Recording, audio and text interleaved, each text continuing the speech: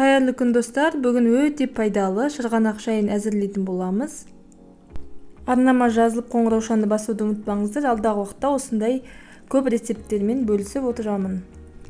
Бул чайды сууктап калганда демдесеңиздер болот. Сондай эле асказан ишеккеде өтө пайдалуу.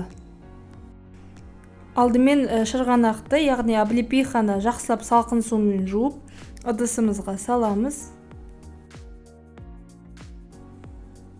Onun üstüne 2 dilim limon, zımbır. Onun üstüne navat salamız.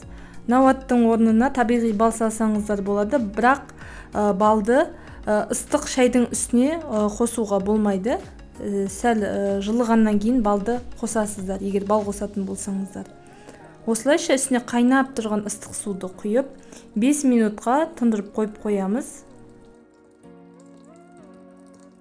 Бұл шайды суықтап қалған жағдайда және иммунитет көтеру мақсатында жақындарыңызға демдеп берсеңіздер болады. Мінекей шырғанақ шайы дайын.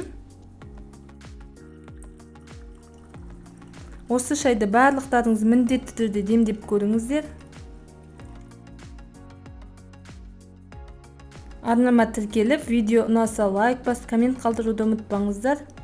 Алдағы уақытта жаңа видеода кездескенше.